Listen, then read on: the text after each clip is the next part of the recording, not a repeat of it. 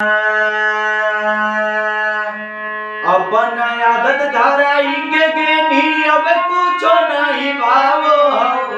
अपन आदत धाराई के गेनी अब कुछ नहीं भावो।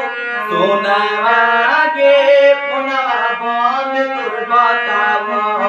कर जावा के पुनवा बंद तुर बतावो।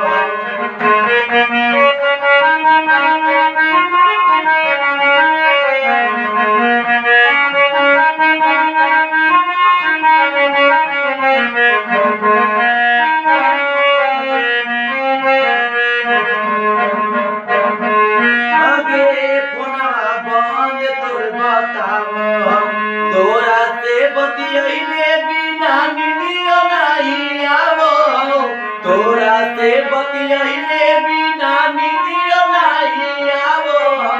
सोनावा के पुनवा बंद तुर बतावो। कर जावा